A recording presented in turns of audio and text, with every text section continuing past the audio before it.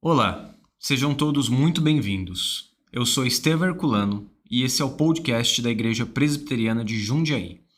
No episódio de hoje, episódio de número 20, nós responderemos as perguntas que vocês fizeram na caixinha do Instagram com o propósito de interagir com vocês e sanar as dúvidas que ficaram aí durante as gravações desses 19 episódios anteriores. Vamos lá então, roda a vinheta.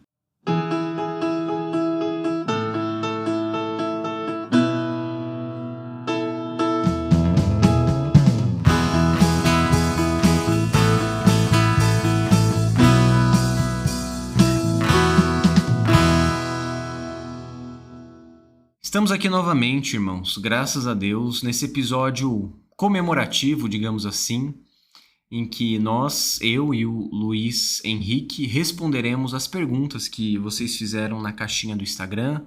Nós abrimos, né, Luiz, durante a semana, recebemos algumas perguntas e queremos interagir aqui com vocês e, na medida do possível, respondê-las. É muito bom que o pessoal tenha escutado, né, participado. Essas dúvidas aqui, acho que vai ser legal para a gente fazer justamente essa interação, né, que você comentou. Muito bom. Isso aí. E assim, o propósito não é a gente fazer uma coisa muito aprofundada, é mais um episódio mais descontraído, tentando responder, né, tanto quanto seja possível, as perguntas, ainda que a resposta seja não sei, né, não sabemos. Mas vamos lá, né? Posso começar com a primeira pergunta aqui? Com certeza. Vamos lá. Qual a diferença de alegria em Cristo e o contentamento em Cristo? Nunca soube explicar. Tá. Essa primeira pergunta, talvez a pessoa não tenha sabido explicar, porque não é algo explícito assim na Escritura. Uhum. Não há uma diferença clara entre alegria e contentamento. Eu acho, Luiz, que essa é uma diferença mais moderna, talvez. Certo. Né? Certo. Mas, bom, a Bíblia fala que o crente encontra felicidade no Senhor, alegria no Senhor. Uhum. Davi fala isso, né, no Salmo 16, se eu não me engano.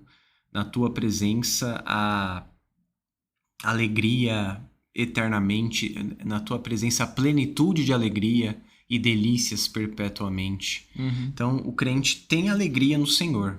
Né?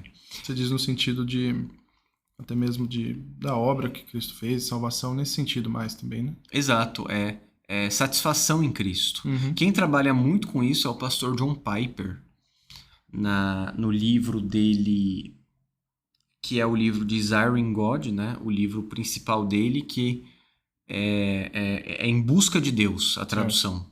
Se eu não me engano, publicado pela editora Shed, que é um braço da editora Vida Nova. Uhum. Que ele trabalha com a ideia de satisfação em Deus. Ele diz que Deus é mais glorificado em você quando você está mais satisfeito nele. Essa, inclusive, é a maior frase do John Piper, assim. Já ouvi mesmo. Mas esse livro eu não li, não. É daquilo que ele chama de hedonismo cristão. A gente costuma ouvir sobre hedonismo na nossa sociedade como sendo uma coisa ruim, em que a pessoa, digamos, vive para si mesma, né? E tudo gira em torno da pessoa. Uhum. E o pastor John Piper trabalha nos termos de hedonismo cristão, em que tudo flui, né, e conflui para Deus, e a satisfação que a gente tem nele faz com que ele seja mais glorificado porque nós o servimos melhor. E dentro desse bojo da satisfação cristã, ele trabalha muito com a ideia de alegria, se alegrar em Deus. E que é possível o crente ser alegre de verdade em Deus. Mesmo que haja momentos difíceis, nós podemos ter contentamento, alegria em Cristo. Eu só não acho que seja possível fazer uma distinção tão clara, né, entre alegria e contentamento. Mas você tinha me falado alguns textos, né, que você tinha pesquisado. Por exemplo, quando a gente fala de contentamento, eu imagino uma questão mais de sofrimento, né, de angústia e tal. E Paulo, né, na carta aos Filipenses, ele é aquele texto que é bem colocado fora de contexto, inclusive, que tem aquele trechinho, tudo posso naquele que me fortalece. Mas antes ele vai falar justamente as coisas que ele está passando de necessidade, né? Ele vai falar que ele aprendeu a viver contente em qualquer situação, passar necessidade ou ter em abundância. Então, eu pensei mais nessa distinção nesse sentido. Alegria, mais nessa questão da salvação, e contentamento mais em relação ao sofrimento mesmo. Mas as duas coisas estão meio que ligadas, né? Estão ligadas, né?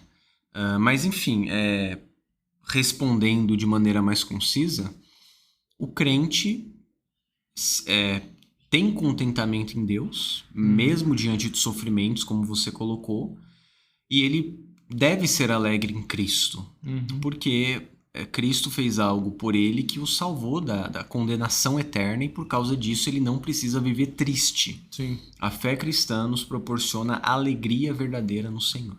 Seja um crente, ele não pode ser um crente triste, rabugento. Então, teoricamente não, né? Embora as pessoas tenham personalidades diferentes e tudo, mas a gente não pode usar essa desculpa meu temperamento pra ser chato, mala, né? Tem gente que não tá sendo perseguida, não, só tá sendo muito chata. Não, legal, bacana. Próxima pergunta. Diz assim, ó. Como lidar com amizades com pessoas que não são cristãs? Muito boa essa pergunta, inclusive. Muito boa. Eu penso o seguinte, quando a gente fala de amizades não cristãs, é algo que para muitas pessoas é muito comum. É óbvio, a gente está num ambiente aqui de igreja e é bom que a gente tenha amizade, fortalecer a amizade com as pessoas daqui, mas nós... e até o próprio Jesus, ele fala que a gente tem que ser sal e luz. Sim. Né? E aí eu queria citar esse texto aqui, rapidinho para vocês, que está lá em Mateus 5, começa aqui no 13, que diz assim, ó: Vocês são o sal da terra. Ora, se o sal vier a ser insípido, como lhe restaurará o sabor? Como lhe restaurar o sabor? Para nada mais presta, senão para ser jogado fora e pisado pelos homens. Vocês são a luz do mundo. Não se pode esconder uma cidade situada no alto de um monte, nem se acende uma lamparina para colocá-la debaixo de um cesto, mas no velador, e ela alumia todos os que estão na casa. Assim brilhe também a luz de vocês diante dos outros, para que vejam as boas obras que vocês fazem e glorifiquem o Pai de vocês que está nos céus. Então, esse texto aqui, essas palavras, né, de Jesus, lembram a gente que a gente é chamado a influenciar o mundo. Né? Então, nessa questão de sal, né, com sabores, e a gente poderia colocar valores, verdade, né, graça, como também iluminar as outras pessoas com as nossas ações, né, ou seja, para essas pessoas que não são crentes, para que, de certa forma, eles consigam dar glória a Deus. Óbvio que não da mesma forma que nós, né, mas eu acho que é um bom começo aí, né? Com certeza. Não tem problema ter amizade com pessoas não cristãs, justamente por conta desse aspecto de ser sal da terra e luz do mundo. Porém, o crente precisa tomar cuidado e saber os limites Sim. da amizade não cristã. Uhum. Por exemplo, como que você vai pedir conselho de casamento para um casal amigo não cristão? Se a cosmovisão do casamento deles é uma cosmovisão não bíblica. Sim. E eles não conhecem os conceitos de aliança, por exemplo, que a Bíblia mostra que o casamento é uma aliança. E alguns deles podem até considerar talvez a quebra da aliança ou o divórcio como uma coisa boa, quando a Bíblia mostra que claramente é má. Sim. Ou mesmo um jovem que tem amizade com uma pessoa não crente, como eu disse, não tem problema, mas ele precisa saber o limite, né, da influência, do comportamento, do conselho. E ele precisa ter uma postura muito mais ativa de influência do que passiva, para não receber valores e conceitos do mundo que vão mudar o coração dele, porque nós somos influenciados pelas pessoas que nos cercam. Sim. Então, eu diria que a amizade precisa ter limites claros estabelecidos e precisa também, Luiz, ser intencional. O crente precisa ser, sim, intencional nas amizades que ele tem com pessoas não cristãs, dando testemunho de Cristo, falando o evangelho em oportunidades que ele tenha, mas sendo um testemunho de integridade, de piedade, de amor à família, de compromisso, né? Seja no trabalho, sendo um bom funcionário e sendo para os colegas esse exemplo de boas obras que fazem os gentios, né, darem glória a Deus. Então tem que estabelecer limites claros, influenciando a pessoa para o evangelho, não sendo influenciada por valores errados. E eu acho que é interessante essa palavra que você usou, né? Intencionalidade, porque às vezes muitas pessoas podem falar, putz, eu tenho um amigo que é não cristão e o meu alvo é converter essa pessoa. É óbvio que a gente tem que falar do evangelho para essa pessoa, a gente tem que falar com as nossas ações também, né? Sim, sim. Mas a intencionalidade faz diferença nesses casos, né? Tem que ter intencionalidade e não deixar ser influenciado, né? Influenciar, como você disse também, né? Exato. Isso aí. Legal. A próxima pergunta, que sobre o fim dos tempos. Uhum. Então essa é uma pergunta complicada, né? A pergunta tá só fim dos tempos, Tá né? só fim dos tempos. Tipo assim, o que, né, sobre o fim dos tempos? Mas eu entendo, eu acho que a pessoa quer que comente algo sobre o fim dos tempos, né? Bom, vai ter um fim. A Bíblia, desde o começo, já mostra que haverá um fim. A própria ideia de história tem a ideia de fim. Uhum. A eternidade não, mas a eternidade é nosso estado final. Nós estamos em um estado que não é o estado final ainda. Sim. Portanto, esse estado terá um fim. E o fim começa, Luiz, quando Adão e Eva pecam e Deus pronuncia maldições sobre a serpente e o destino final da humanidade e do diabo. Certo. Lá no Éden, depois do episódio da queda, em Gênesis 3, quando Deus diz que a semente da mulher e a da serpente teriam contenda e o descendente da mulher esmagaria a cabeça da serpente. O diabo vai ser condenado, vai ser destruído. Quem faz isso é o descendente da mulher, a pessoa de Cristo, Cristo Jesus, nosso Senhor. E ele subjuga os seus inimigos no final e destrói todos. Nós temos o livro de Apocalipse mostrando, por meio de vários símbolos e figuras, que Cristo destrói o inimigo. A primeira coisa que eu pensei sobre essa pergunta foi isso, né? Sobre o livro de Apocalipse, né? Exato. Fala muito sobre isso, né? Exato. Mas o próprio livro de Apocalipse apenas ecoa, né, o Antigo Testamento, Ezequiel, Daniel, e se utiliza de figuras para mostrar essa guerra que existe, mas ao mesmo tempo como Cristo resolve isso muito rápido. O texto bíblico fala, por exemplo, que Jesus destrói o inimigo com um sopro da sua boca. Sim. Então, o que nós temos é Jesus destruindo tudo. Agora, há uma série de coisas a acontecer que eu acho que não tem como a gente falar aqui. Você diz as visões escatológicas? Várias visões escatológicas distintas, mas há algo em comum que a gente pode abordar aqui, né? Que é a igreja precisa estar preparada para tempos de sofrimento. A Bíblia mostra isso, que nós sofreremos à medida que o tempo do fim se aproxime. As coisas não vão ficar melhores. Não vão ficar melhores. A nossa escatologia tradicionalmente não prevê isso, a não ser que você seja um pós-milenista, mas é difícil, né, encontrar essa posição hoje, embora tenha sido posição majoritária durante uma época na teologia reformada. Mas as coisas parecem, a Bíblia pelo menos aponta para isso, vão piorar. Mas a igreja não vai ser destruída, a igreja vai permanecer fazendo seu trabalho, pregando o evangelho, mesmo afligida, mesmo perseguida, mesmo atribulada, a igreja testemunha de Cristo. Sim. E Cristo volta e consuma aquilo que foi começado lá no Gênesis.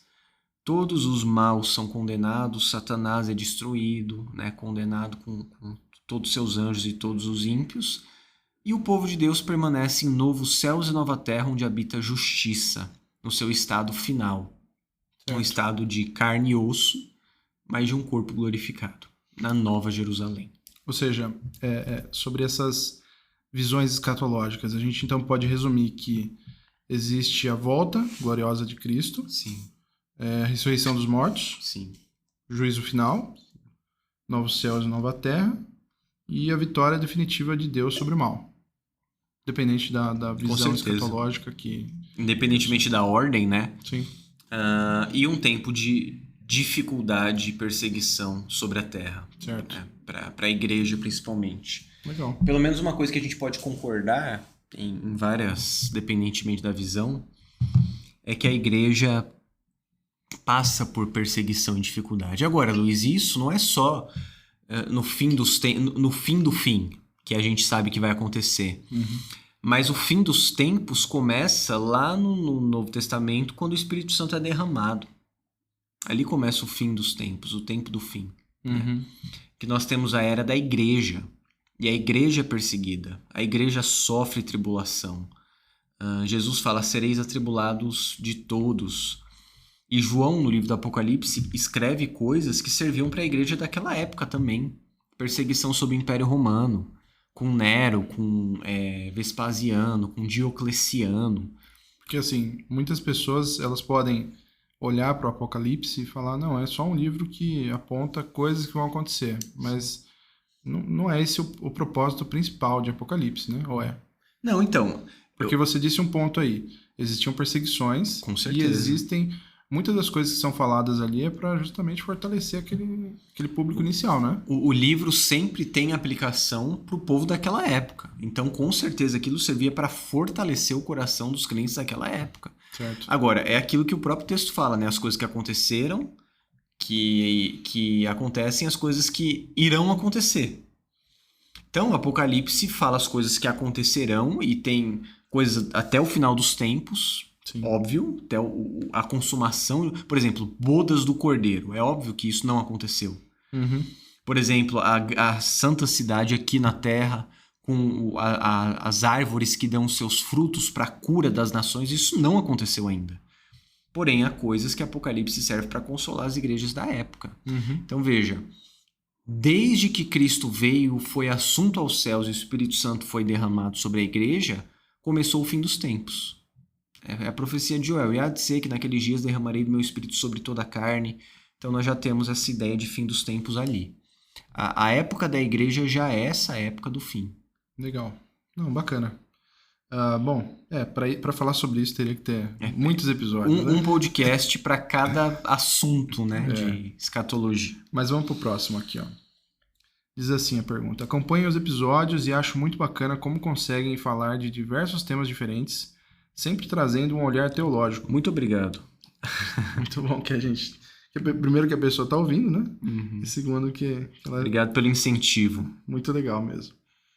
Dito isto, qual a importância da teologia para a vida do cristão? É possível conciliar teologia com nossas áreas de interesse, hobbies, família, trabalho?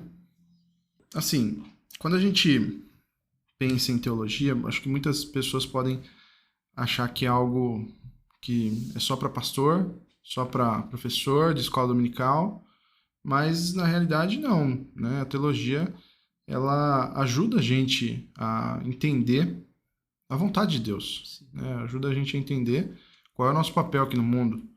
Então, é muito importante que todos conheçam um pouco de teologia, até para que a pessoa ela não, vamos dizer assim, tropece. E eu não estou dizendo nem no sentido de pecado, mas de sofrimento mesmo. Às vezes a pessoa ela vai, ela tem não tem um entendimento correto sobre algo e aquilo faz com que ela deixe de aproveitar a vida do jeito que ela deveria. Por exemplo, sei lá, Paulo, quando ele fala sobre casamento, um casal que é cristão, mas que não entende e procura compreender o que Paulo e o que a Bíblia ensina sobre casamento. Eles podem continuar cristãos, mas eles vão sofrer, eles vão deixar de aproveitar o seu casamento da melhor forma. Então, eu poderia colocar dessa forma, que a teologia ela nos ajuda a viver a nossa vida cristã. Com certeza.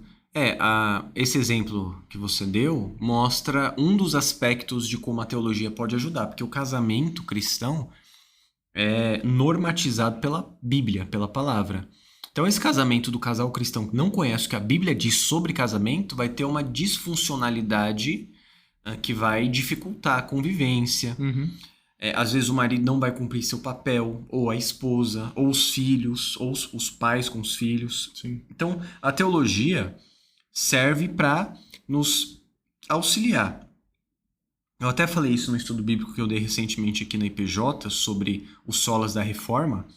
A Bíblia é a norma normans, ou seja, a norma que normatiza, e não pode ser normatizada por nada. A teologia não, é a norma normatizada. A teologia é feita a partir da Bíblia. Agora, qual a importância da teologia? Bom, se você é um crente e professa Cristo como seu Salvador e está na igreja, presume-se que você quer conhecer mais de Deus. Porque se Deus é esse ser todo-poderoso, todo-suficiente, onipotente, onipresente, onisciente, que governa todas as coisas, e ele se revelou, você não querer conhecer mais dele, saber mais dele, o que ele tem para sua vida, é algo meio absurdo. Porque como você pode querer saber coisas sobre a vida, importantes até, mas não quer saber algo sobre a coisa mais importante que existe, o ser mais importante que existe. Teve até no universo. Um comediante que um tempo atrás viralizou nas redes sociais, e ele tinha uma piada que era justamente isso. Ele estava conversando com um cristão, uma pessoa que se dizia ser cristão. Ele falou, beleza, você diz que Deus, ele é tudo na sua vida, de que ele se revelou através da escritura, da Bíblia. E aí ele pergunta, mas você já leu a Bíblia? Aí a pessoa fala, não. Fala, nossa, mas que...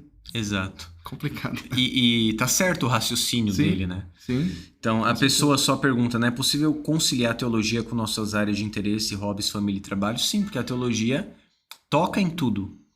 Deus toca no seu trabalho e te mostra como você pode trabalhar para a glória dele melhor e para o seu prazer também. Sim. Dentro de uma perspectiva cristã, sua família, seus hobbies, tudo. Quando você conhece a Bíblia e ama a Bíblia e estuda teologia, se torna meio que abrangido por essa cosmovisão teológica bíblica que você adquire. Então é maravilhoso estudar teologia. Você não precisa ser um chato, né? Um mala, que é a pessoa que tá falando que é perseguida, que a gente falou na primeira pergunta, né? Aquele cara que, assim, senta as pessoas para conversarem, aí oferece um copo d'água, pega o copo d'água e fala, você sabia que Jesus disse que iriam fluir rios de águas vivas dentro de você? O Flanders dos Simpsons, sabe? Sim, sim. Isso é chato. Mas amar teologia, gostar de teologia e estudar é maravilhoso. Então, a gente aconselha todo mundo. E é o que a gente tá fazendo aqui, na verdade, né? Exato. Mas, assim, eu acho que a gente pode colocar também, de forma bem breve, que existem também alguns perigos relacionados a pessoas que estão estudando teologia. Então, eu acho que o primeiro grande perigo aí é a pessoa focar no estudo da teologia como algo somente intelectual. Com certeza. E deixando de lado a parte espiritual. Sim. Existe também a questão de para que você... Por exemplo, a pessoa ela fala, não, eu quero fazer um curso de teologia. Legal, bacana, mas para que você está fazendo isso? Sim. Qual que é o propósito? Se o propósito não é, primeiro, você entender mais sobre a Bíblia, isso é super válido, mas ensinar também, né? Ensinar outras pessoas, compartilhar isso com seus irmãos, né? De fé. Não vejo também qual que é o sentido, né? E aí que tá uma questão interessante, Luiz, que você tocou, que é fundamental. Estudar teologia precisa ter como propósito a edificação do corpo de Cristo.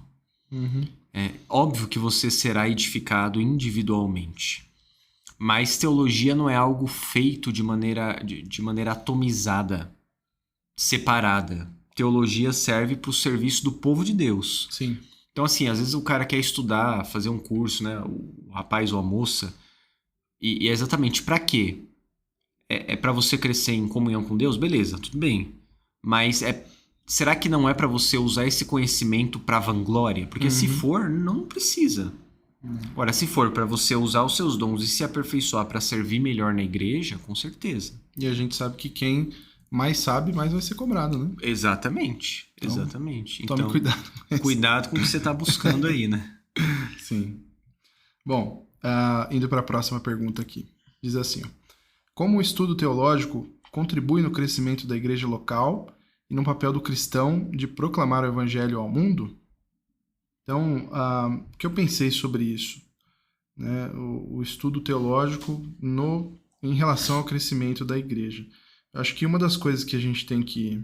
E aí eu digo mais para liderança da igreja, é às vezes uma preocupação muito focada em números, né? E não focada no crescimento espiritual, né, da igreja. E uma coisa boa que a gente tem, por exemplo, aqui na nossa igreja, que você comentou, inclusive, no estudo, né? Foi de... Sola Escritura. Sola Escritura. A gente tem o costume de fazer as pregações sequenciais, né, de livros inteiros da Bíblia. E com isso, e aí eu até jogo a pergunta para você, mas eu imagino que não tem como você pular nenhum assunto ou pular algum tema porque vai atingir certa pessoa, ou porque esse tema ele não vai atrair o público e o crescimento numérico que você está buscando. Então, acaba que você tem um corte aí, né? Você tem você acaba não conseguindo fazer isso, focar nessa parte numérica, né? Não, exato. Como Paulo fala, em Atos 20, se despedindo dos presbíteros de Éfeso, ele sabia que não tinha culpa nenhuma em relação a eles, porque ele havia pregado e ensinado todo o desígnio de Deus. E é o que a gente precisa fazer como igreja. Pregando, ensinando, falando, testemunhando toda a Escritura, né? É o sola Escritura, somente a Escritura, mas também o tota Escritura, ou seja, toda a Bíblia. Toda ela é relevante, toda ela precisa ser pregada, ensinada e vivida. E isso no contexto de pregação do Evangelho no mundo, é porque a Bíblia mostra o que o mundo precisa. Sim. E a Bíblia, o estudo teológico colabora para que as pessoas envolvidas no ensino, ou mesmo o crente comum, tenha solidez teológica, doutrinária e prática para, como Pedro fala, dar a razão da esperança que há nele. O crente precisa, ou deveria pelo menos ser capaz de dar a razão da esperança que há nele, que há em nós. Quando alguém te perguntar alguma coisa, você deveria ser capaz de responder essa pergunta, não de uma maneira acadêmica, mas falando o que a Bíblia diz. Sim. Então, nós testemunhamos e o estudo teológico colabora para isso, para a gente não dar aquela resposta rasa, né? Mas conseguir, Luiz, pregar às vezes a pessoas que têm dúvidas sinceras. Tem pessoas que perguntam coisas que não é na maldade. Ela realmente quer compreender porque a posição cristã é daquele jeito. Sim. E quem sabe você não pode ser um instrumento para dar uma resposta oportuna e a pessoa crê no Evangelho por causa disso. Mas assim, com certeza. Mas assim, é muito importante que a igreja ela seja fundamentada numa boa teologia. Com certeza. Né? Senão ela pode ser levada, assim como Paulo diz, né, por um vento de doutrina, né? Com certeza. Então, agora sobre essa parte de evangelização e proclamação do evangelho, uma coisa que também recentemente tem viralizado aí nas redes sociais é essa questão de como nós, como calvinistas, como reformados, como que nós vamos evangelizar as pessoas, se a gente entende que Deus ele tem os seus eleitos, né, de que não é a pessoa que escolhe, realmente não é, mas como que a gente pode justamente fazer esse trabalho de evangelização sendo honestos, né? E aí eu fiquei pensando no que os pais da igreja, os apóstolos, como eles evangelizavam. E a gente vai ver que o principal foco era sobre a obra de Cristo. Né? Então, quando eles iam evangelizar, o principal foco era justamente falar do evangelho, falar da obra de Cristo e fazer um chamado ao arrependimento. Isso deve fazer com que a gente pense no modo como é feito o evangelismo hoje, né? De a gente aceitar Jesus, ou falar para a pessoa aceitar Jesus, ou dizer só que Deus ama aquela pessoa. Isso realmente é bíblico? Acho que talvez não muito, né? Sim. E as pessoas criam um certo tipo de espantalho e batem nesse espantalho que não corresponde à realidade do que a gente crê na pregação e na evangelização. Porque eu já ouvi isso e já até me perguntaram por que você prega o evangelho se Deus vai chamar só os eleitos? Sim. E a resposta é justamente por isso. Eu não sei quem são os eleitos. E Deus não nos revelou justamente para que nós preguemos a toda criatura. Uhum.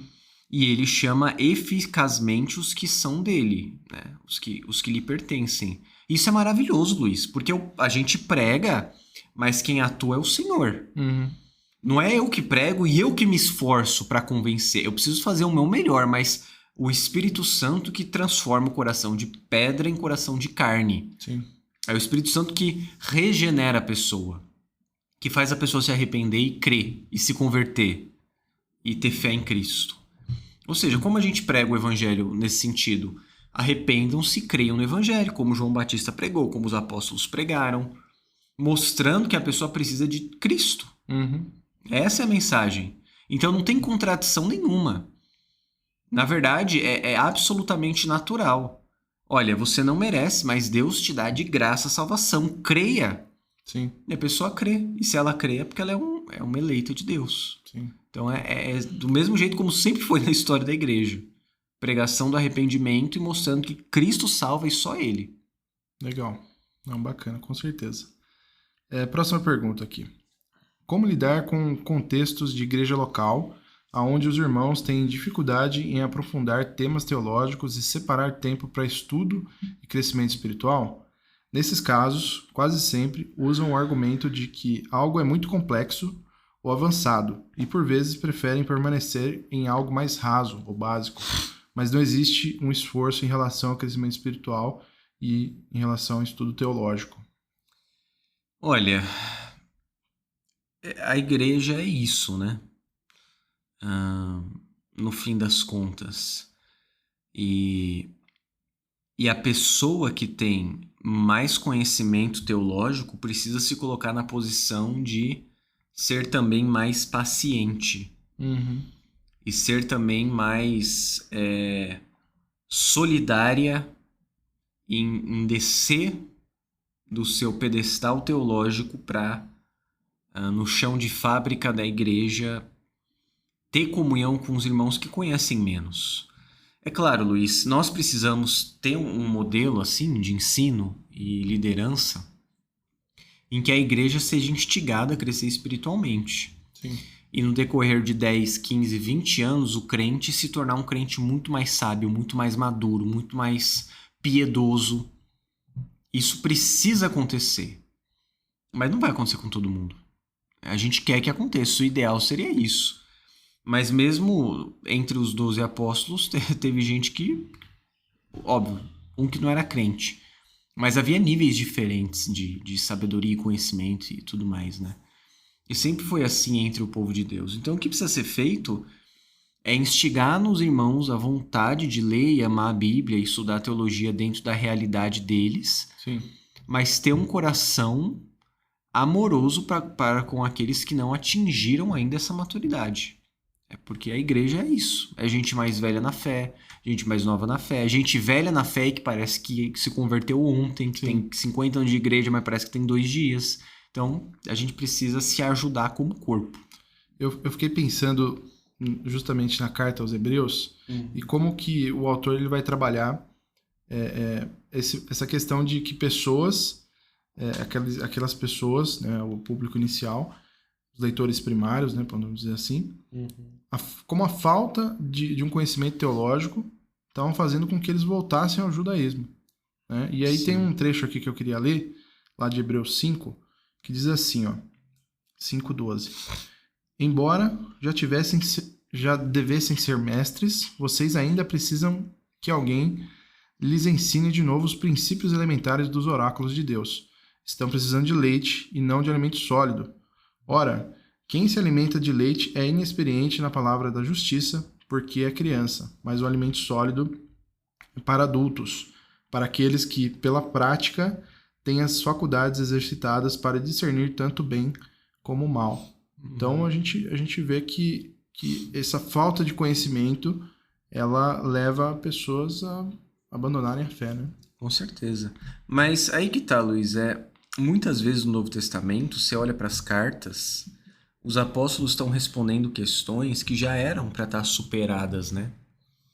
Judas, só para você ter uma noção, provavelmente é o meio-irmão de Jesus, diz, olha, em Judas verso 3, amados, quando eu me empenhava para escrever-lhes a respeito da salvação que temos em comum, senti que era necessário corresponder-me com vocês para exortá-los a lutar pela fé que uma vez por todas foi entregue aos santos. Então, o que Judas queria escrever na carta dele? Sobre a salvação e tal. Mas ele foi obrigado a exortar o povo a condenar os falsos mestres que havia na época dele. Sim.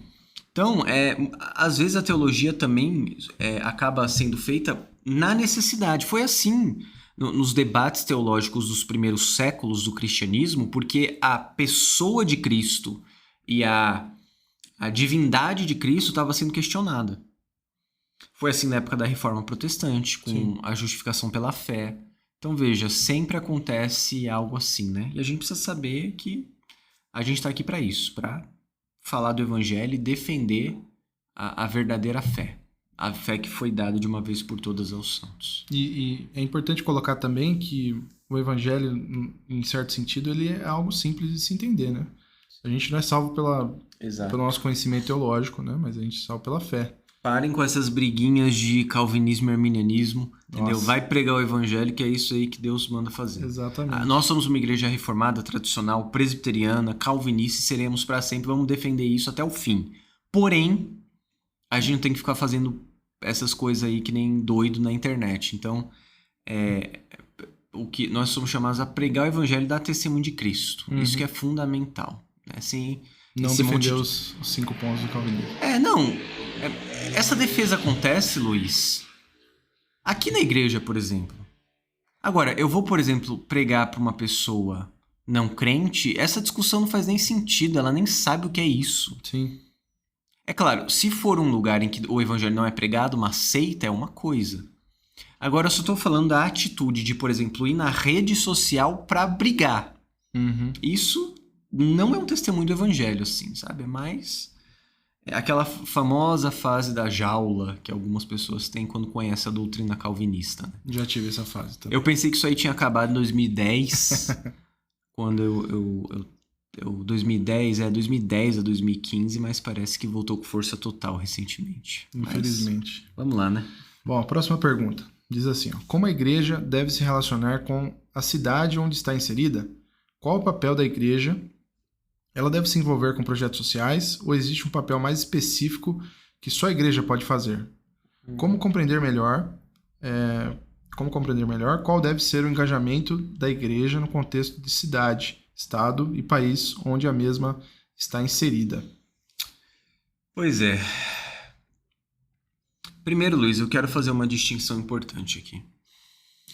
Nós temos uma visão que se popularizou entre os reformados, que eu não acho ruim, tá? Eu acho maravilhoso que alguma coisa boa se popularize. Que a gente pode falar que é um calvinismo mais continental holandês. Certo. Que tem ali Kuyper, Doiver, um outro pensador, e tem um tipo de visão da fé cristã naquilo que pode ser chamado de filosofia ou teologia reformacional.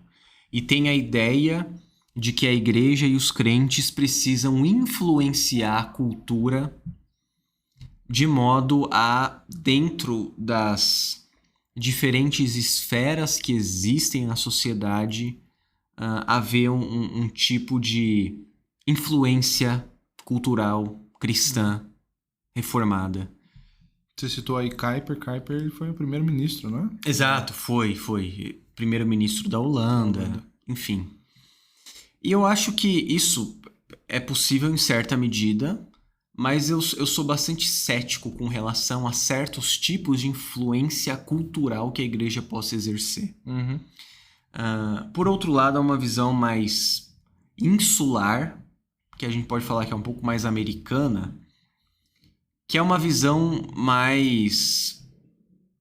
Isso é muito antigo, tá? A gente vê esse tipo de diferença na doutrina dos dois reinos de Lutero. Calvino falou sobre isso, Agostinho falou sobre isso, quando ele falou sobre na cidade de Deus, sobre as duas cidades, cidade dos homens e cidade de Deus, que existe mais uma antítese entre a cultura e a igreja. E que nós não conseguimos redimir a cultura. Mas muitas vezes o papel da igreja é ser um reino distinto do reino dos homens que prega o evangelho. Tá? Eu acho que o que a gente precisa ter, Luiz, é um equilíbrio entre essas coisas. A igreja precisa, por exemplo, ajudar os necessitados. Óbvio. Sim. Mas começando com os seus próprios. E não achando que ajuda aos necessitados é o que vai fazer o evangelho ser crido pela cultura, porque não vai. Ou seja, a igreja ela não pode estar inserida de forma total com projetos sociais. Exato. E esquecer do que ela veio. Exato. A igreja não pode se tornar ONG. E é o que eu vejo acontecer às vezes, infelizmente. Sim. Agora, a igreja precisa se envolver com a cultura no sentido de mostrar como os crentes vêm certas manifestações culturais. Há festas culturais que são pecaminosas no nosso país. A igreja vai lá tentar influenciar de dentro, participando. Eu acho que tá errado isso. Não pode evangelizar no carnaval. Então, evangelizar eu acho que até pode. Agora, como que vai fazer isso? Dentro do bloquinho do carnaval não pode. Complicado, né, meu amigo? Então, veja, é isso que eu tô querendo dizer. Nesse sentido, o que a gente faz? Antítese. Não tem que absorver carnaval, não. Tem que falar que aquilo tá errado. É outro reino isso aí é pecaminoso. Sim. É antítese cultural. Agora, há coisas em que a igreja pode estar testemunho e tentar influenciar, sim. Eu só acho que precisa ter cuidado. Nem sempre a igreja vai conseguir fazer um papel reformacional de estar inserido lá na cidade, fazer a cidade ser mais cristã. Porque, cara, o mundo tá em queda, em pecado. Isso só vai ser possível na Nova Jerusalém. Então, há um papel primordial de pregação do evangelho.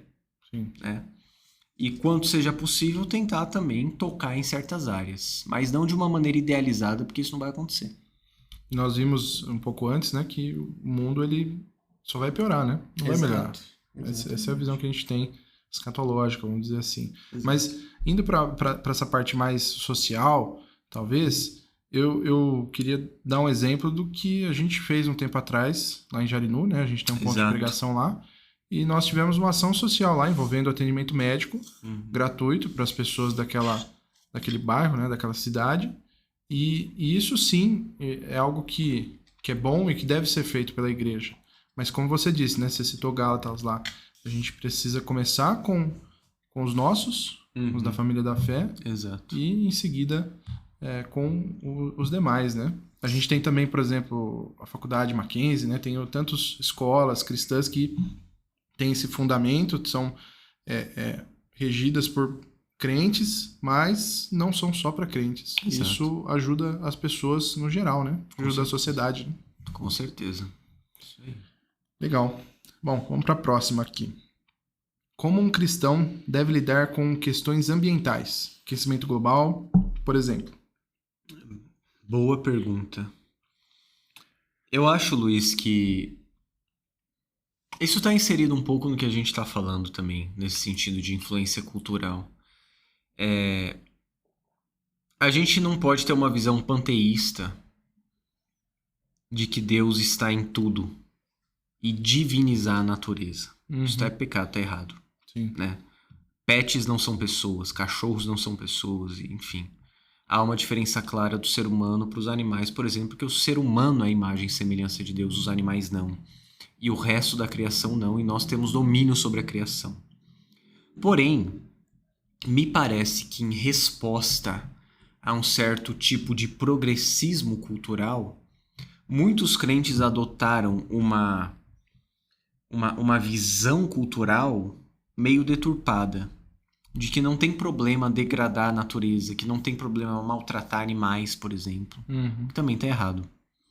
Porque se essa terra foi criada por Deus, ainda que tenha caído e ela esteja sofrendo as maldições da queda, nós precisamos ter uma visão sim de que ainda é a terra de Deus. Sim. Por isso a gente precisa cultivar e guardar, tanto quanto seja possível. Então eu acho que seria muito natural para os crentes preservarem o ambiente. Deveria ser. preservarem o verde que há na cidade. Cara, eu vim de São Paulo, da zona leste de São Paulo. Vim aqui para Jundiaí. Eu acho maravilhoso a quantidade de verde que tem aqui. Mas eu vejo que isso vai acabar daqui a um tempo, se não houver preservação. E eu acho maravilhoso que haja preservação. Quanto mais verde, melhor. Não ficar destruindo o parque, não ficar destruindo árvore. Pra quê? Pra virar uma selva de pedra, que nem a capital de onde eu vim? Em que o ar fica pior, a qualidade de vida é pior, o lugar fica mais feio. Por quê? Porque a natureza foi criada por Deus e é bela. Então eu acho, Luiz, que a gente deveria se comportar tendo cuidado da criação. Tendo cuidado com essa questão ambiental, de aquecimento, de desmatamento. A igreja deveria... Os crentes, né? A igreja como instituição é meio complicado. Mas os crentes têm uma visão de que eles precisam preservar, sim, a natureza, os animais e o mundo criado por Deus que nos cerca. É esse conceito de mordomos, né? Exato. Mordomos da criação, né? Com certeza. Legal, bacana. Bom, próxima pergunta. Como funciona um processo de disciplina na IPB? Bom, vamos lá, né? Nós sempre temos uma visão bíblica de qualquer processo disciplinar que começa cumprindo a ordem que Jesus estabelece em Mateus 18. Posso ler isso daí para o pessoal? Com certeza. Ó, Mateus 18 diz assim, ó, começando no 15. Se o seu irmão pecar contra você, vá e entre você e ele só, mostre-lhe o erro. Se ele ouvir, você ganhou seu irmão. Mas se ele não ouvir, leve com você uma ou duas pessoas, para que, pela boca de 2 ou 3 testemunhas, toda palavra se estabeleça. Se ele não os atender, diga isso à igreja, e se também não atender à igreja, seja tratada como gentil e publicano. Legal. Então vamos lá, Luiz, qual que é a ordem aí? O crente viu uma coisa errada. O que deveria acontecer? Vai, tu e ele só, e repreende o seu irmão. Se você conseguir, você ganhou seu irmão. Certo. Felizmente, geralmente a pessoa vai falar pra todo mundo, menos pro irmão, mas deveria ser pra ele primeiro, né? Então, beleza. Se esse irmão não se arrepender, chama a testemunha. Se não se arrepender, igreja. Quando a gente fala da ideia de disciplina, nós já estamos indo pro âmbito de igreja. Tá. Concorda? Sim. Por quê? Porque, óbvio, há questões repreensíveis que não precisam de disciplina pública. Um irmão que contou uma mentira, por exemplo, precisa ser repreendido porque é pecado. Mas dependendo do grau do que aconteceu, você não precisa disciplinar o irmão publicamente. O irmão que às vezes teve algum problema conjugal, que não tenha sido uma traição, por exemplo, mas um conflito intenso, aquilo pode ter uma advertência, um acompanhamento de outros irmãos e pastoral e se Deus quiser, não precisar ir para um processo disciplinar. Então, primeiro os requisitos essa exortação primária. Porém, há casos de pecados, quebra de mandamento, que a pessoa precisa ir a julgamento. Porque a disciplina serve para que a igreja veja aquilo e tema e não pratique a mesma coisa. E é óbvio que a disciplina também serve para que a pessoa, no momento correto, seja restaurada. Mas a primeira ideia é tirar o fermento para não estragar a massa. Certo. Tá? Então, como acontece? Bom, geralmente o conselho da igreja precisa ser provocado. Ou seja, receber uma denúncia. Tá? E quando isso acontece, o conselho precisa ouvir as partes envolvidas. Tá. E aí o conselho se torna tribunal, os presbíteros se tornam tribunal, ouvem as partes, conversam para compreender o que aconteceu, porque às vezes chega coisa atravessada pro conselho, coisa que não aconteceu daquele jeito. E aí se você não tomar todo o cuidado de julgar, conversar, ouvir as partes, você teve isonomia para julgar, ou você já vai chegar julgando, né? Precisa saber. E caso seja caso de disciplina, em que houve quebra de mandamento e aquilo contamina a igreja, O conselho vê fatores agravantes ou atenuantes, como, por exemplo, a pessoa tem quanto tempo de crente? 1 mês? A pena é menor. Uhum. É um oficial da igreja que conhece a Bíblia e conhece a doutrina, a pena é maior. Sim. E aí sim a disciplina própria é praticada, né? E geralmente o que é comunicado à igreja é a quebra do mandamento de maneira sucinta para não gerar fofoca, não gerar... não aumentarem a história, né? Mas geralmente é isso que acontece. Então, existe essa progressão na Exato. questão da correção, né? Então, e quando chega isso para a igreja, no sentido no conselho, o conselho ele vai julgar e ele vai ali trazer uma disciplina para essa pessoa de acordo com alguns critérios aí, né? Exato. Os critérios bíblicos, né? O que aconteceu, os fatores agravantes e atenuantes, então tem tudo isso. Legal. Mas fiquem tranquilos que com certeza isso não acontece sem muito cuidado, muito critério, porque é uma coisa muito séria. E aí eu queria citar aqui rapidinho que lá no Código de Disciplina, no artigo 1, diz assim, ó, a disciplina eclesiástica tem por fim manter a honra de Deus, Exato. a pureza da igreja e a edificação dos seus membros. Exato. Então é o que você comentou aí, né? Resumindo. Isso aí. Legal. A próxima pergunta diz assim, ó, como escolher um candidato para votar para as eleições de diácono e presbítero? Então essa é uma pergunta muito boa, porque quando a gente, esse episódio vai ser postado, vai ser uma semana antes da nossa assembleia. Muito bom. E enfim, é interessante que entender um pouco mais sobre isso, né? Não vai ter mais a questão da votação, quem já vai ter encerrado já essa indicação, né? Não votação. Já vai ter encerrado, mas a votação ainda vai acontecer. Então, legal essa pergunta por conta disso. E aí eu queria perguntar para você, Estevam, a diferença entre presbítero regente, presbítero docente e diácono, porque vai ter a eleição, sim, mas não é para um tipo de presbítero específico, certo? Sim, bom, presbítero, nós vemos que há uma distinção de função daquele que administra para aquele que é o que prega e ensina, né? Nós, na IPB, os pastores, que são... quando esse podcast for ao ar, eu já terei sido ordenado, né? Se der tudo certo. Reverendo Estevam. Ai, meu Deus do céu. Tenha misericórdia, né? Mas os presbíteros regentes são os que administram. Certo. São aqueles que são chamados à administração. Citando, por exemplo, o texto de Timóteo 3, né? Fiel é a palavra, se alguém deseja o episcopado, excelente obra almeja, necessário, pois, que o presbítero seja irrepreensível, esposo de uma só mulher, moderado, sensato, modesto, hospitaleiro, apto a ensinar. Não dado ao vinho, nem violento, porém cordial, inimigo de conflitos, não avarento, que governe bem a própria casa, criando o filho sob disciplina com todo respeito. Uhum. Pois se alguém não sabe governar a própria casa, como cuidará ou como governará a igreja de Deus? Então, o ofício presbiteral carrega essa ideia de governo, de presidir, de administrar. E o presbítero regente pode ensiná-lo isso, né? Os presbíteros na nossa igreja são pastores, porque a Bíblia usa esses termos. João fala que ele é bispo, por exemplo, que é presbítero, né?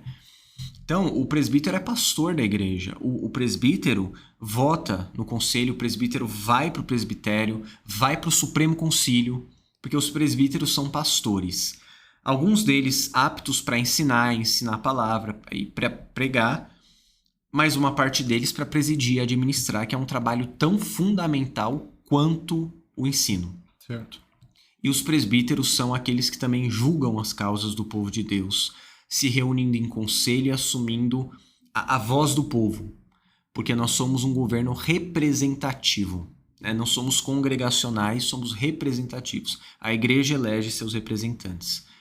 O presbítero docente é o pastor que foi para o seminário, que é formado em teologia e que tem um treinamento teológico para se dedicar à pregação do evangelho e ensino da escritura. Como os apóstolos, por exemplo, falaram lá da dedicação ao ofício de ensino. Tá? Então, tem isso. Diáconos. Os diáconos são aqueles que servem a igreja de maneira mais intensa na questão social e assistindo os enfermos, os necessitados e aqueles que carecem de ajuda.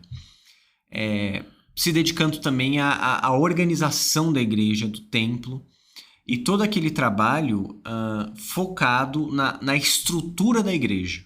Tá. Mas também nessa parte social, ajudando os necessitados, aqueles que precisam. E o texto aqui de Timóteo também fala dos diáconos, a partir do verso 8, 1 Timóteo 3:8. Do mesmo modo quanto a diáconos, é necessário que sejam respeitáveis de uma só palavra, não inclinados a muito vinho, não gananciosos, conservando o mistério da fé com consciência limpa. Também devem ser primeiramente experimentados e, caso se mostrem irrepreensíveis, exerçam o diaconato. Certo. Então, as qualificações para presbítero e diácono são as mesmas, tá? Mas são funções diferentes.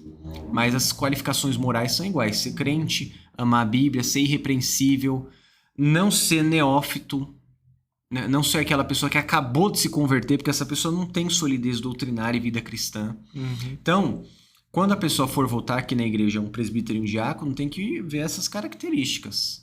Essa pessoa ama a Bíblia, essa pessoa é presente, essa pessoa é fiel, essa pessoa é irrepreensível, é esposo de uma só mulher, e aí voltar naquilo que acredite que esteja mais enquadrado nesse perfil. Sim, e o reverendo Wilson, ele tem falado, né, nos cultos a respeito disso, né, e aí eu trouxe aqui alguns requisitos que ele comentou, e diz assim, ó, membro regular. Então, a pessoa, o que ela precisa ter para ser um bom candidato ou para ser aí votado? E é isso que você precisa se preocupar aí quando você for votar nesses candidatos. Ser membro regular da igreja pelo menos um ano, então essa questão do neófito, né? Sim. Isso é importante. Estar de acordo com a doutrina e a prática da Igreja Presbiteriana do Brasil. Então, entra toda aquela questão de batismo infantil, predestinação, coisas que são particulares da nossa igreja. Então a pessoa precisa estar de acordo com isso, né? Para ser uma autoridade na igreja. Ser frequente nos trabalhos, que nem você disse. Ser dizimista regular, né? Isso é algo que a gente concorda quando nós viramos membros da igreja, né? Que é suportar financeiramente, né, ela. E uma coisa que eu acho que é importante colocar é que não existem candidatos perfeitos. O pastor falou isso, eu coloquei isso aqui também, porque existem todos esses requisitos lá em Timóteo, requisitos aqui que o pastor comentou, mas não vai ter ninguém que vai ser perfeito, né? Sim. Então, só colocando isso, eu acho que é importante também. Com certeza. E Deus vai direcionar e conduzir seu povo com líderes fiéis que guiarão seu povo. Legal, vamos para a próxima, então. A pergunta diz assim, ó. Como a nossa fé deve influenciar em nosso dia a dia e nas tomadas de decisões? Legal. Tem um livro do reverendo Weber Jr., meu professor, que é Tomando Decisões Segundo a Vontade de Deus. Sim, isso, né? Sim. Em que ele aborda aquela ideia do concursos e das causas secundárias, né? A gente citou isso no episódio sobre providência. Sim. Mas, resumidamente, a Bíblia mostra que você é responsável por suas decisões. Embora Deus as governe e as use para o louvor da sua glória, você precisa decidir sabiamente. Por isso é tão importante conhecer a palavra, para não tomar decisões contraditórias com sua fé e contrárias aos princípios bíblicos, porque isso pode te causar sofrimento, dor, pode te fazer dar um testemunho ruim. Então, a fé influencia em todas as decisões tomadas no dia a dia, porque essas decisões serão tomadas a partir das suas crenças. Até porque a Bíblia não tem resposta para tudo, né? Para coisas muito particulares, né? Exato. Mas são princípios aí que a gente precisa conhecer a vontade de Deus, que está expressa nas Escrituras, para poder tomar as melhores decisões, né? Aquilo que você crê influencia completamente naquilo que você decide. Na verdade, é o que faz, é o que impulsiona a sua decisão. Então, você crê na doutrina bíblica verdadeira fará você tomar decisões sábias. Sim. Você não crê te fará tomar decisões erradas que podem te levar a pecados e a problemas sérios, né? Então, é grande a influência. Bom, outra pergunta aqui, chegando no final já. Qual o papel dos sacramentos, batismo e ceia do Senhor, na doutrina presbiteriana? Então, muito interessante essa pergunta, porque existem aí igrejas que colocam outros sacramentos, que não são o batismo e a ceia, mas nós entendemos que esses dois sacramentos são instituídos por Jesus, né? E são sinais, né? São selos da aliança que ele fez com a gente, a aliança da graça, né? E aí eu queria citar aqui o Catecismo, na pergunta 162, diz o que é um sacramento. O sacramento é uma ordenança santa instituída por Cristo na sua igreja para significar, selar e aplicar aos crentes os benefícios da sua mediação, para fortalecer na fé e em todas as outras graças, para os obrigar à obediência, para testificar e fomentar o seu amor e comunhão uns com os outros e para distinguir os que estão de fora. E aí a pergunta 163 vai trazer justamente quais são esses sacramentos do Novo Testamento. E aí a resposta é: os sacramentos do Novo Testamento são o batismo e a ceia do Senhor. Esses sacramentos não são apenas símbolos externos, mas meios de graça usados por Deus para comunicar espiritualmente os benefícios da redenção. Então, eu acho que o Catecismo resume bem essa questão, mas a gente pode dizer que são justamente aí meios de graça, né? Para a gente são meios, símbolos externos, né? São usados, né? Sim, nós cremos que os sacramentos são esses sinais visíveis de uma graça invisível, continuam algo que era praticado no Antigo Testamento, a circuncisão, rito de entrada no povo de Deus, nós temos o batismo, que é isso, a Páscoa, né? Nós temos a ceia, que é realizada. Sim. E o importante disso tudo é ver que os sacramentos são importantes na doutrina, porque eles integram a vida da igreja. E fazem parte das marcas de uma verdadeira igreja, que são pregação da palavra, administração dos sacramentos e disciplina. Essas três marcas constituem uma igreja verdadeira. Se os sacramentos não são praticados, a palavra não é pregada e a igreja não pratica a disciplina bíblica, você pode desconfiar dessa igreja. Então, os sacramentos têm um papel fundamental porque definem a gente como igreja de Jesus, né? Sim. E nós, da Igreja Presbiteriana, a gente tem essa particularidade que para muitos é estranha, né? Do batismo infantil, mas a gente vê, como você disse, que os israelitas eles eram circuncidados, Sim. Os filhos dos crentes, né? Eles eram circuncidados, e hoje a gente entende que o batismo ele substitui esse símbolo, né? Eu não vejo a hora de batizar um bebê. Coisa que eu mais quero é batizar um bebê. Meu primeiro filho eu vou deixar você batizar ele. Ó, depois que eu for ordenado, você não deixa um copo d'água perto do seu filho passando não, viu? Mas a ceia também tem uma questão particular nossa, né? Que a gente entende que não é o corpo e o sangue de Cristo que estão ali fisicamente. Sim, claro.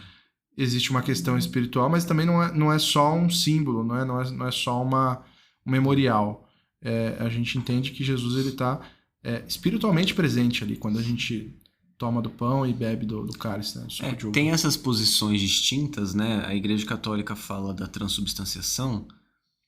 Fala não, né? Que eles não gostam de usar esse termo, mas é o que acontece, que o corpo, o pão e o vinho tornam-se corpo de Cristo, transformam-se, a substância se transforma.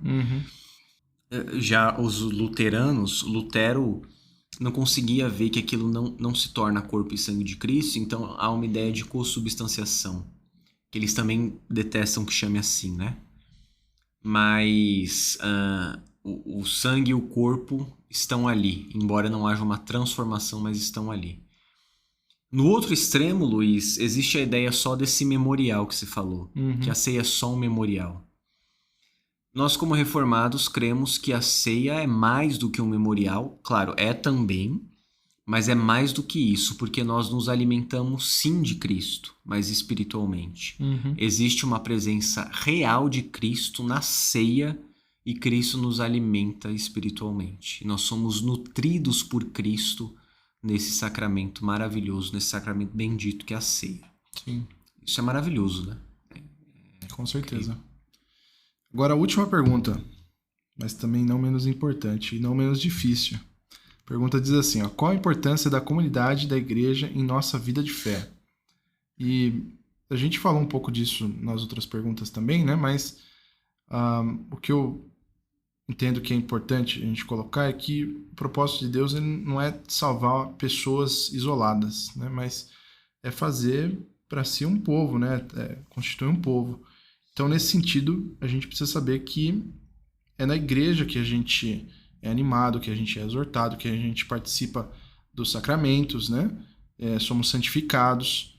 Então, é complicado alguém que se diz cristão, mas que não vai na igreja, né? Não dá para isso acontecer, exceto em casos muito extraordinários de uma pessoa já muito doente, que não consegue frequentar. Sim. Mas a igreja é o povo de Deus, é o corpo de Cristo. E as metáforas bíblicas para o povo de Deus são sempre comunitárias, Luiz. É sempre comunidade. Os do caminho, os crentes que estavam no caminho, os cristãos. É sempre povo, sempre ajuntamento. E isso é maravilhoso porque quebra o nosso orgulho individualista de uma salvação que pertence apenas a nós. A salvação pertence ao povo de Deus. Né? Deus remiu para si um povo. Ele morreu por seu povo. Ele morreu pelos eleitos que compõem o povo de Deus. Sim. Então é impossível você se dizer cristão e falar que ama Deus sem estar inserido no povo dele que também o ama. E mesmo as dificuldades e obstáculos, né?